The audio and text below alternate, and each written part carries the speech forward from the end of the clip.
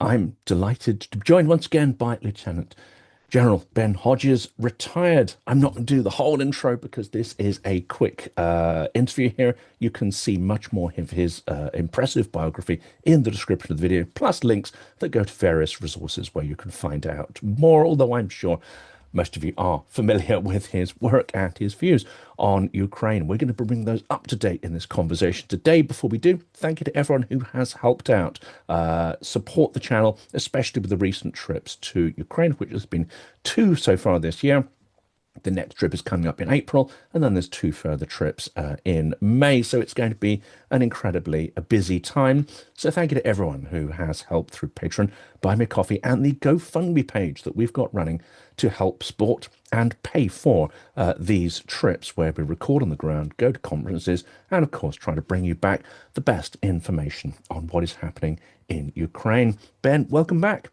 Thank you for the privilege, Jonathan.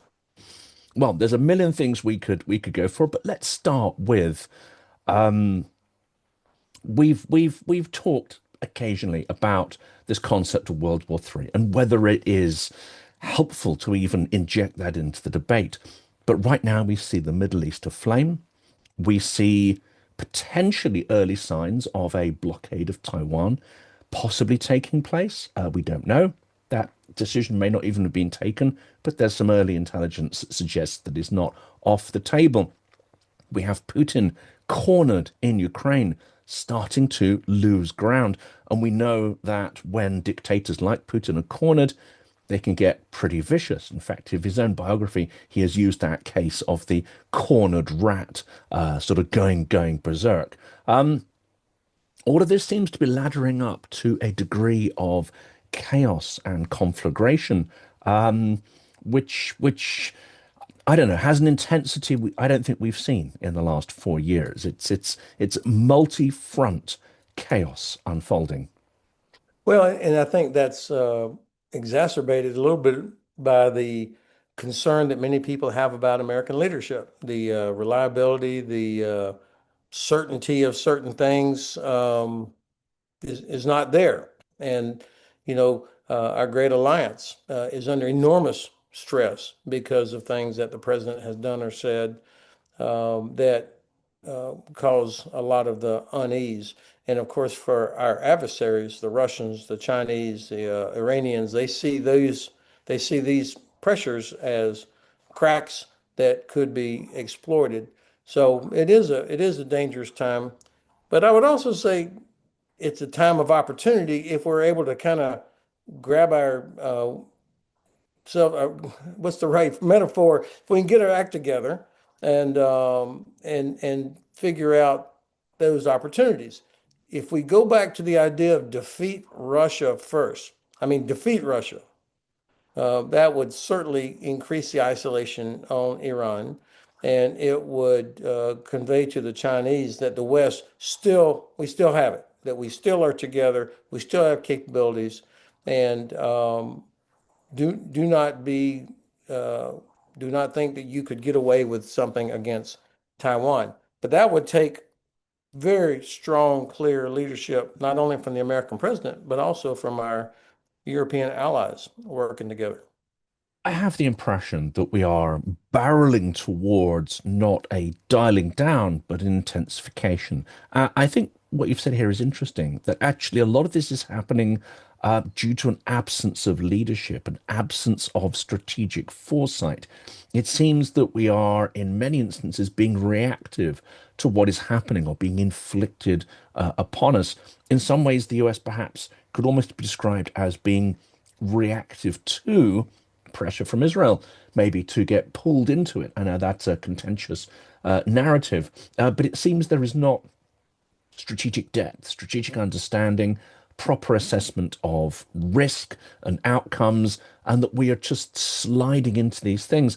That also is dangerous, is it not? Because people like Xi and Putin have a lot more. I mean, I'm not saying they're strategic masterminds, but they have a lot more intentionality when they seek to light a fire or create a conflagration.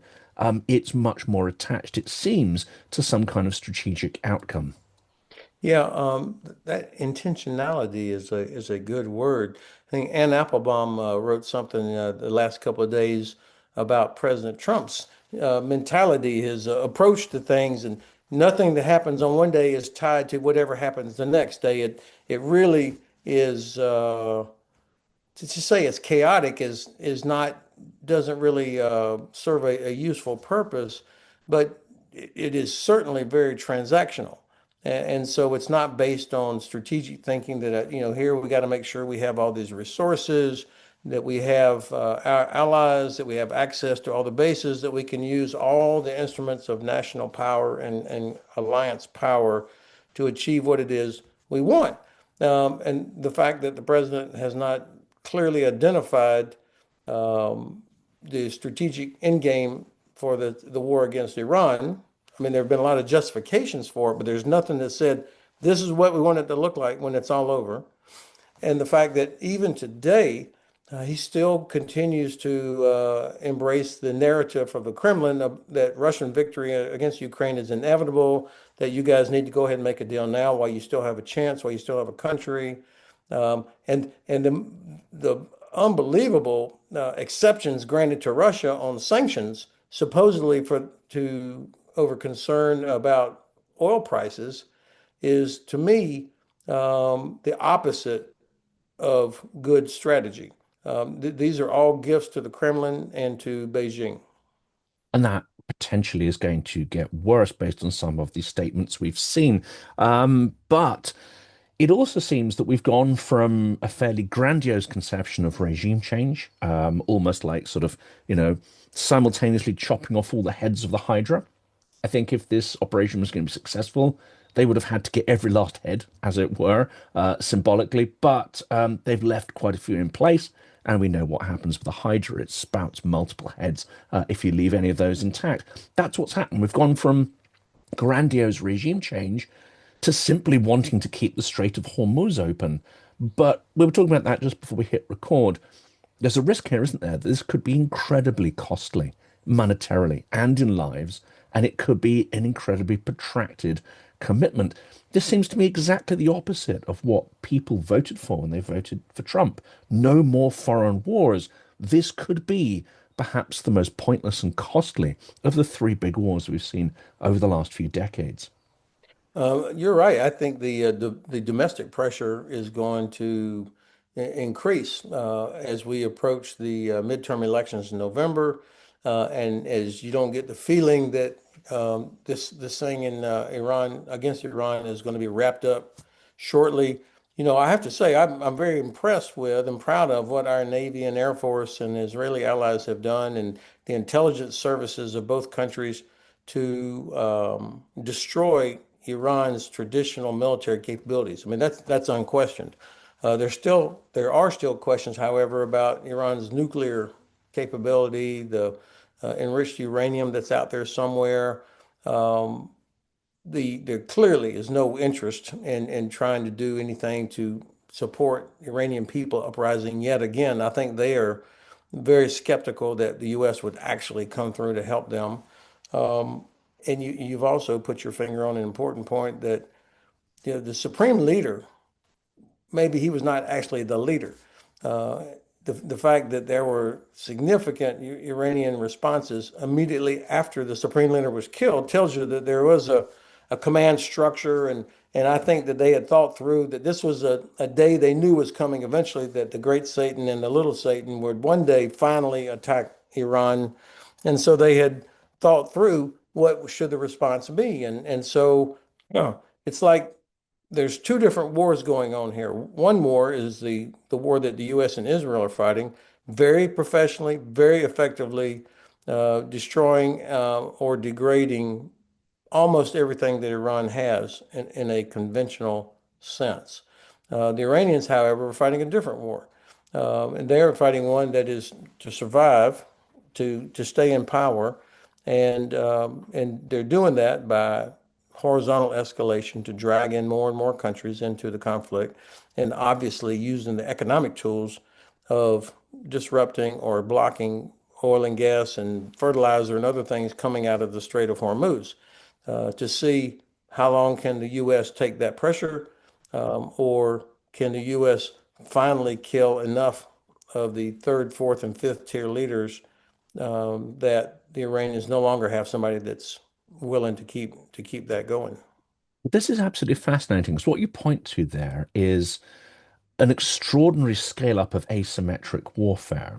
And combine that with, I think, something we talked about right back in 2022, which was Russia's attempt to maintain escalation dominance. No matter how far your adversary, i.e., Ukraine's allies, are willing to support it, you always make sure you're one step ahead.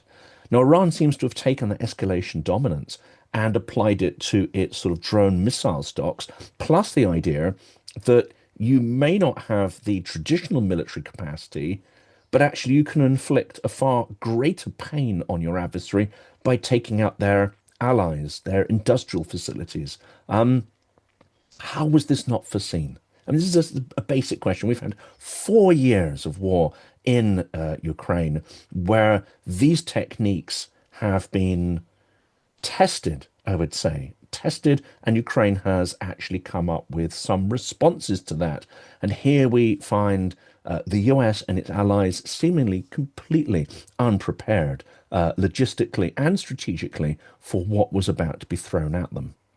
So I am 100% confident that the leaders and planners at U.S. Central Command, and probably in the Israeli Defense Force as well, they knew that Iran would respond, that the response we have seen was a strong possibility, because this has been war gamed over decades. All of us in the U.S. Army had, at one time or another, had participated in some exercise that would require, opening the strait or seizing. I mean, just as normal wargaming process.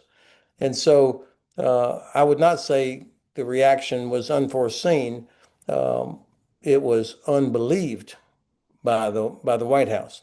Now, part of this, of course, which happens frequently when you have great success doing certain things, then you begin to believe in your own infallibility and your own genius. And I think the president really did believe that if they just cut off the head of the snake, that the regime would collapse, because there were millions of Iranians that desperately wanted to see the end of the regime. And I can only envision, the commander at Central Command, Admiral Cooper, and the chairman of the Joint Chiefs, and everybody telling the Secretary of Defense, like, hey, look, we need to be prepared that the Iranians may do this. We don't think it's going to just collapse. There's no doubt that that conversation happened. I think that they were not believed or taken seriously. And so here we are. Now, on a tactical level, but equally hard to swallow, no, equally frustrating, is the fact that Iran launched hundreds of drones, of their Shahed drones, and we did seem unprepared for that particular thing.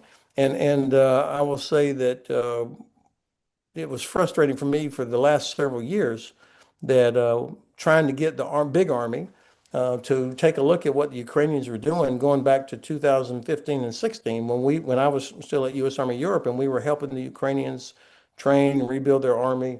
And I kept reaching back to the U.S. Army's artillery school saying, you should send people here. The Ukrainians are actually conducting live counterfire operations against Russian artillery. Come learn from this. And I think we were slow institutionally to do that. And then, of course, the hubris of the current administration just would not permit that. Of course, I don't want to be seen to be pointing fingers only towards the US, because in conversations here in Europe that I hear, and those who attend various things at RUSI, hear similar and I would say quite disturbing things, which is a level of absolute hubris. People, actually, apparently last year it got worse, saying that, well, of course, Ukraine's good at drones, etc., but that's their war. That's their regional war. That's very contextual. That's not the war we're going to have to fight, forgetting that you don't choose the war that you have to fight. This has now been demonstrated in two sets of NATO exercises. One was the infamous one where 10 Ukrainian drone operators took out two battalions of traditional NATO formation in apparently less than an hour. And a more recent study written up on a naval exercise where, again, Ukrainians were embedded in five different naval type scenarios. And in each scenario, the team that contained Ukrainians using new drone techniques and equipment absolutely trounced the traditional formations and tactics. And that included to the point of technically sinking a frigate. What do you take from this? But the slow reaction, the slow internalization process of this, what is a transformational stage in warfare. So I would applaud the organizers of these exercises that were willing to do that and then allow the results to come out, because otherwise, you're just never going to get the impetus to do things, because we all, and I've been a part of this, we all believe in the integrity and the effectiveness of our systems, of how we look at the future, how you develop things, and what you think you're going to need. And so it is difficult to get something that comes from a completely different direction and to believe that, okay, wait a minute, that's where'd that come from? And I think this is the kind of thing that senior leaders have to constantly be, for which they have to be on guard and against which they have to fight this bureaucratic resistance to things. And there's a lot of understandable reasons for it, whether it's industry or congressional or parliamentary or the human factor. The good news is they've done this, and now lots of people are talking about these things, and and then of course we're watching with our own two eyes what's happening in the Gulf region and how effective Iranian drones still are, and that here we are still launching Patriot against Shaheds versus, and then the president couldn't even be poised enough to say, maybe Zelensky does have some cards, and let's accept his offer to help instead of saying, no, we have the best drones already. I mean, that is not helpful. It's not. And, whereas his tone is always, I would say, uncultured in that sense, there is another hubris, which has a more polite kind of clothing and tone, which you get in organizations like NATO. It's not Trumpian in tone, but actually amounts to the same thing, which is a kind of discrimination against Ukraine. How ironic is it that in these two NATO exercises, Ukraine has played a leadership role, has played a revolutionary role in winning these scenarios hands down. They're operating as leaders and teachers in an organization they're not even allowed to formally join. I mean, it's pretty obscene and ridiculous, is it not? Well, we are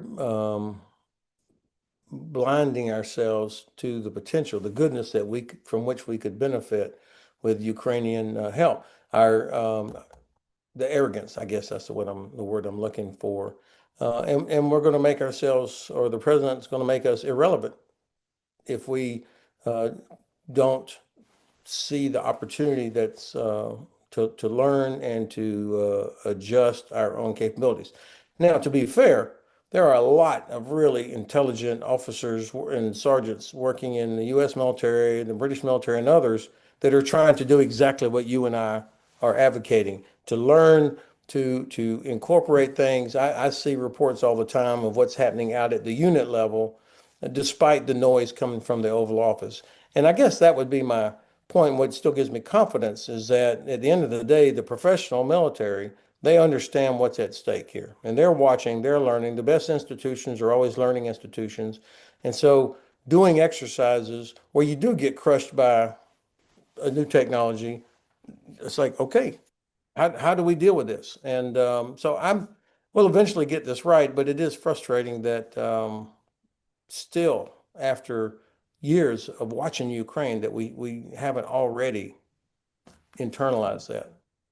I think a lot of your interviews and articles last year, I think you correctly identified that Ukraine did not have the capacity or the equipment to expel Russia under the current conditions. And of course, in the drone-saturated battlefield with limited sort of maneuver capability, that absolutely seemed that we were in for long attritional trench war with these high-tech elements, very much like sort of 1917 in the First World War, bogged down, developments happening. We're seeing something quite interesting, I think, happening here, and this is what I want to focus on in the last part of this conversation. It seems Ukraine has extended the kill zone, in fact, doubled it to around 150 kilometers, and the capacity to enforce that is scaling up pretty rapidly. And I think that's interesting as to whether that will lead to stasis or whether that will actually start to enable some kind of maneuver warfare. You're also seeing um, techniques evolving. So this will be drone swarms at the moment, user operated, with autonomous capacity doing the last mile of targeting. You've got these incredible road nettings. You've got a transformation in industrial scale and survivability and the capacity to deliver effective equipment to the front. Things seem to be changing. And it strikes me they're going in favor of Ukraine. But what are you seeing here in 2026? So bad news for the Russians. Winter is pretty much over, and the Ukrainians have emerged from this, still fighting despite Russia's attempt to destroy the power grid and destroy Ukrainian morale. The opposite has happened. And in fact, as you've reported and as we've seen, that the Ukrainians have in fact actually gained some ground back.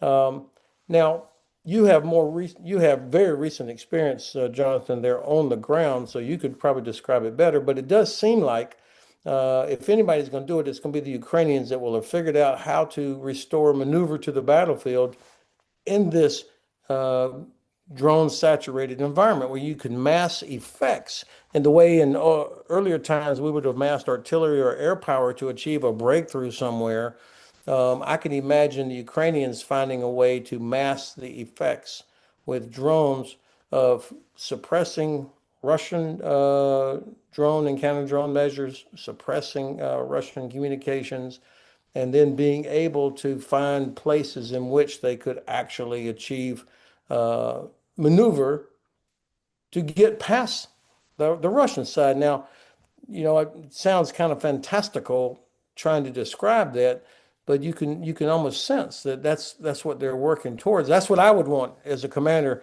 How do I break through? Just the way our forefathers tried to figure out how do you break through the hedgerows of Normandy, or how do you break through the trenches in the First World War, etc. How do you break through? And I think a key to this is going to still be the use of long-range precision strike against Russia's oil and gas infrastructure and against Russia's deep logistics rear, so that that's done. And then when you finally do achieve some sort of a penetration to scale through this drone saturated area, there's no there behind it. That the Russian ability to respond has been destroyed through a variety of means. I mean that would be a hell of a operational development. Possibly even by the end of this year, if not early next year. That's an extraordinary thing. So, of course, we do see Ukraine taking out a lot of industrial capacity, logistics capacity in Russia, including components, and they've been taking out a lot of the electronics manufacturing facilities that produce, guidance systems, electronics for missiles, etc., plus the oil and gas. And then there's this interesting technique that I've only become aware of this week, which is called a creeping drone barrage. And as you say, it's using various EW techniques, but taking a First World War concept to then allow some kind of maneuver. But what you say is actually potentially interesting, and we'll pick this up, I guess, in future conversations this year. If you've really hollowed out the rear, that is the sort of deep and the shallow rear, what you could perhaps start seeing is actual collapses in Russian capacity to hold the lines and logistically try to reinforce them.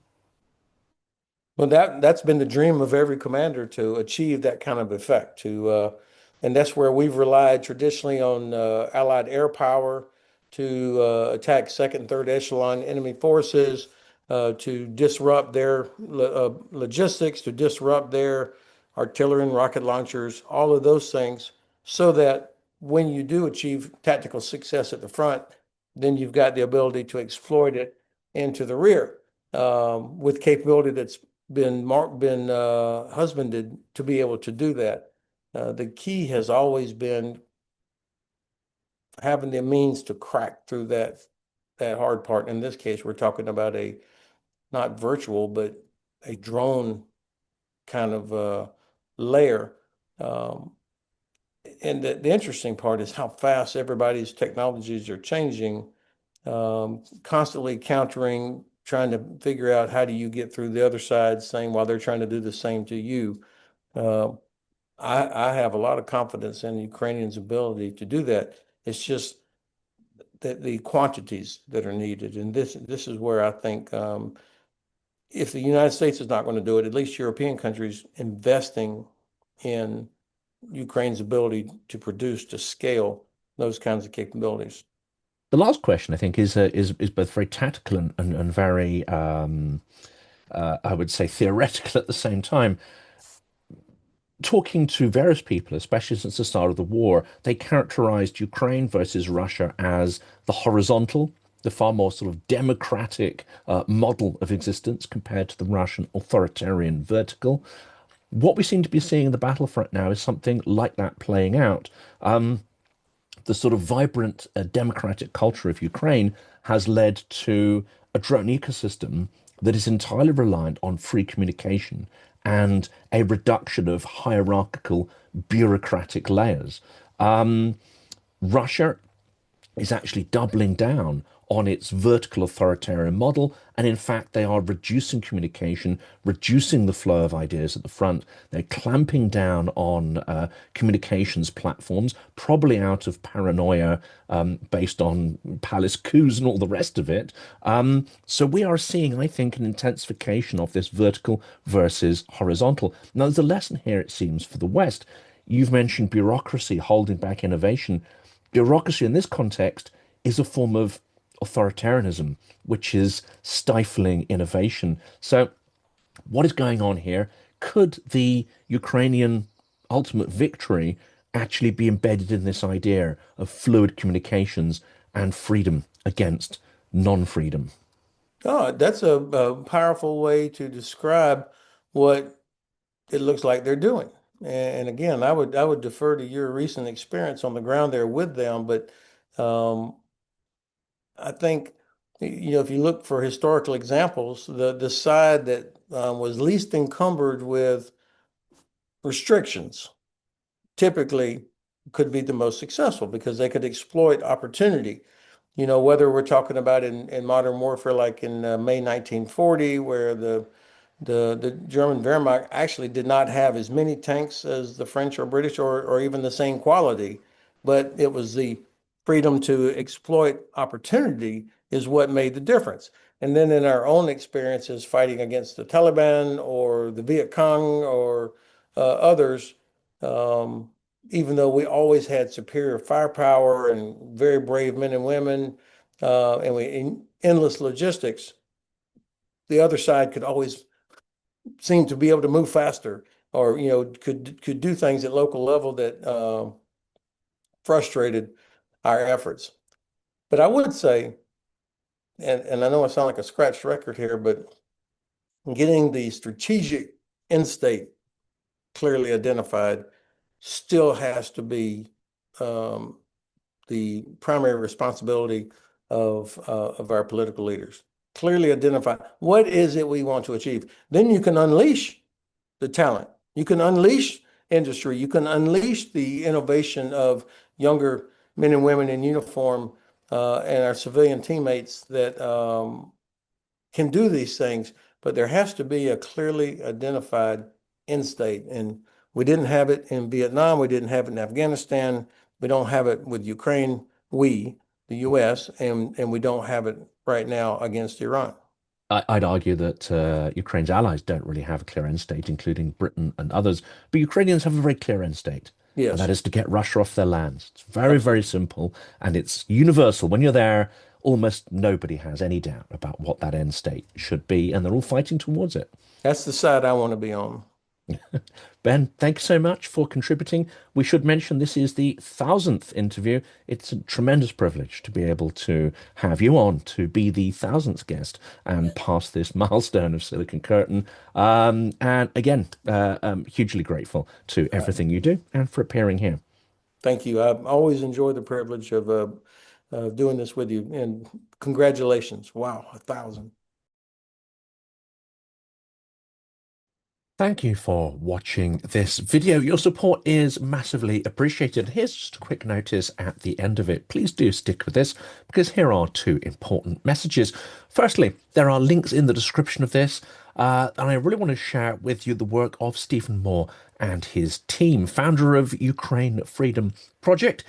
He's a former congressional Republican chief of staff, and he's been in Ukraine now for most of the full-scale war. In fact, he was there on day 5 of the war, and he's produced an extraordinary film, A Faith Under Siege, that documents Russian atrocities against Ukrainian Christians. If you haven't seen that, if you haven't even seen the teaser, I strongly recommend you look at that, and of course look at the wider work that his team does to evangelize the importance of Ukraine as a topic, especially and crucially now amongst congressional Republicans. Khartiia is a Ukrainian corps operating around Kupiansk, which is a critical area of the front. Now, this campaign won't be for everybody. It is a kinetic campaign in that we are crowdsourcing here for funds to buy vampire drones, 15 in fact. 5 of those have already been achieved in this campaign, but we are looking to scale this up to get you a full amount of $40,000 US. That's going to Dzyga's Paw that are handling this. This is an incredibly important campaign. There are many creators who are taking part in this. My view is that it's not enough at this point just to help Ukraine to survive. It's not enough just to invest in humanitarian causes. Not everyone's going to be comfortable with this, but they have to remove the invaders from their lands. To do that, they need the skills, the munitions, the weaponry to achieve that. This is where these vampire drones come in. So please, this isn't a full polished promo. I'm still working on that, but the campaign launches today. Please do check it out and, of course, help in any way that you can.